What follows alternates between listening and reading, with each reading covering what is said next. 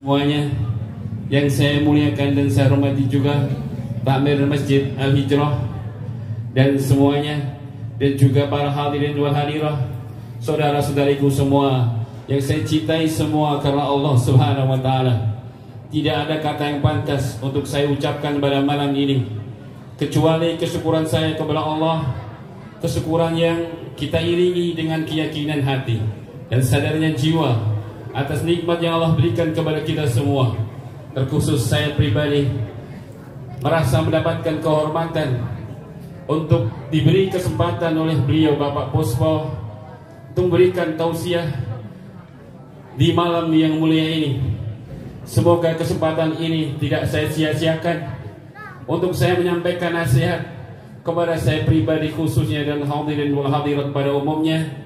Dan semoga nasihat ini bermanfaat bagi kita semua, karena kita ini asalnya orang baik, dan orang itu kalau baik ketika disentuh dengan kebaikan pasti dia akan menerima, karena kita dilahirkan dalam keadaan baik. Ma min mauludin illa yuladu ala fitrah. Tidaklah bayi yang dilahirkan kecuali kita dilahirkan dalam fitrahnya. Jadi kita ini semua baik, pasti kalau disentuh dengan kebaikan pasti bermanfaat. Fadzakir fa inna dzikra tanfa'ul mu'minin. Maka berilah peringatan wahai Nabi Muhammad, karena sejatinya peringatan itu bermanfaat bagi orang-orang yang beriman. Adapun materi yang akan saya sampaikan pada malam yang mulia ini, yang saya telah minta rekomendasi kepada saudara saya Bapak Diki Margono untuk memberikan judulnya, dan beliau sepakat dengan saya memilih Aku Ingin Berhijrah. Ini akan kita kaji pada malam ini sesuai dengan nama yang ada di depan kita, Masjid Al-Hijrah. Masjid inilah yang mungkin kurang lebih 25 tahun yang lalu atau 30 tahun yang lalu, negeri Karangasem ini negeri antah berantah, balau kacau, carut marut, rusak. Tapi alhamdulillah, sejak berdirinya musola ini, dulu namanya musola, kemudian mulailah masyarakat sini membaik dan terus membaik. Orang yang tidak pernah sujud sama sekali mulai mengenal Allah Subhanahu wa taala. Mulai mereka salat, mulai mereka belajar agama, membaca Al-Quran, salat berjamaah, dan terus sampai hari ini. Ini saya sebagai pelaku, sejak kecil saya orang sini, sehingga saya ngerti betul keadaan musola atau Masjid Al-Hijrah ini dulu sampai sekarang. Karena itu kita bersyukur sejak berdirinya itu, dengan pertolongan Allah Subhanahu wa taala, perubahan dahsyat kita bisa rasakan hari ini. Kalau tidak percaya silahkan bapak-bapak yang luar Karangasem, kalau maghrib, kalau waktu-waktu salat silahkan ke sini.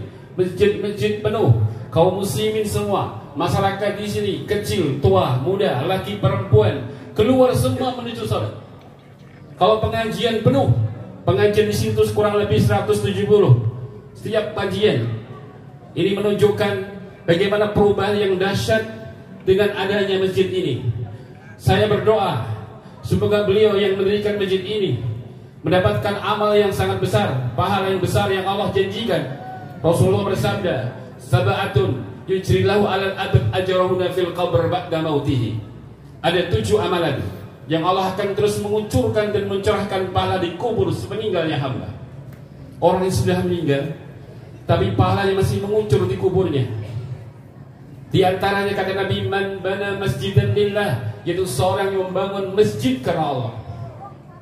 Masjid itu digunakan manusia, sepanjang masjid bermanfaat, sepanjang pula mengucur pahala di kubur sang pemiliknya. Luar biasa yang Allah janjikan.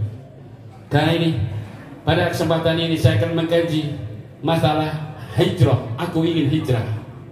Tapi walaupun bagaimana, ada juga yang kandas, ada juga yang tidak sabar, ya, ada yang tidak kuat. Tentu itu karena kurangnya ilmu dan lemahnya kesabaran. Karena itu pada malam ini saya akan sampaikan poin-poin. Semoga dengan poin-poin ini nanti menjadi bekal ilmu bagi kita, agar kita bisa istiqomah hijrah sampai menutup mata, sampai kita bertemu Allah dalam keadaan husnul khatimah, dalam keadaan yang baik. dalam keadaan kita beriman, dalam keadaan kita di atas ketaatan. Karena itu poin-poin ini sangat penting. Tolong didengar. Nanti kalau ada pertanyaan bisa jawab. Saya siapkan hadiahnya. Tapi yang kasih Pak Puspo, bukan saya. Dengarkan. Nanti ada pertanyaan di akhir kajian. Yang pertama, agar kita bisa hijrah dengan baik, kita harus ada mujahadah, ada kesungguhan, ada sikap ingin berubah. Kalau hanya angan-angan, keinginan saja, tidak akan sampai. Sebagaimana kata penyair, tarjuna jata walam tasruk masalikaha, inna safinata la tajri alal yabasi.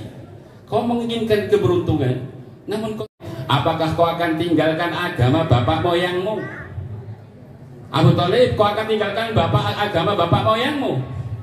Nabi mengulang lagi, ya ammi qul la ilaha illallah kalimatan uhajulaka bihadallah. Namun mereka juga mengulang-ulang lagi, dan akhirnya Abu Thalib mati di atas agama jahiliyahnya. Cukup ini sebagai hujah yang pasti, argumen yang sangat jelas bagaimana bahayanya berteman dengan orang-orang yang buruk, mengantarkan ke neraka. Naudzubillah, mengantarkan ke neraka. Ini yang pertama. Carilah teman-teman yang baik yang bisa membantu hijrah kalian, hijrah kita. Harus siap pindah lingkungan untuk kita ingin jadi lebih baik. Pindah ke kampung ini, insya Allah baik. Cuma di sini nggak ada tanah kosong, kontrakan penuh.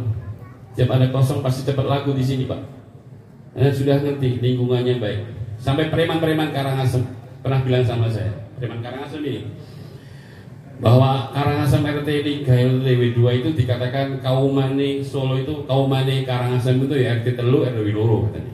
Disebut Kauman. Tahu Kauman itu dikenal dengan kampung yang muslim ya. Nah, sampai ada preman itu kalau masuk ke kampung ini Kaumane Karangasem itu RT 3 RW 2. Dia bilang preman sendiri. Ya, menunjukkan dapat rekomendasi ya, tapi dari preman, gak apa-apa.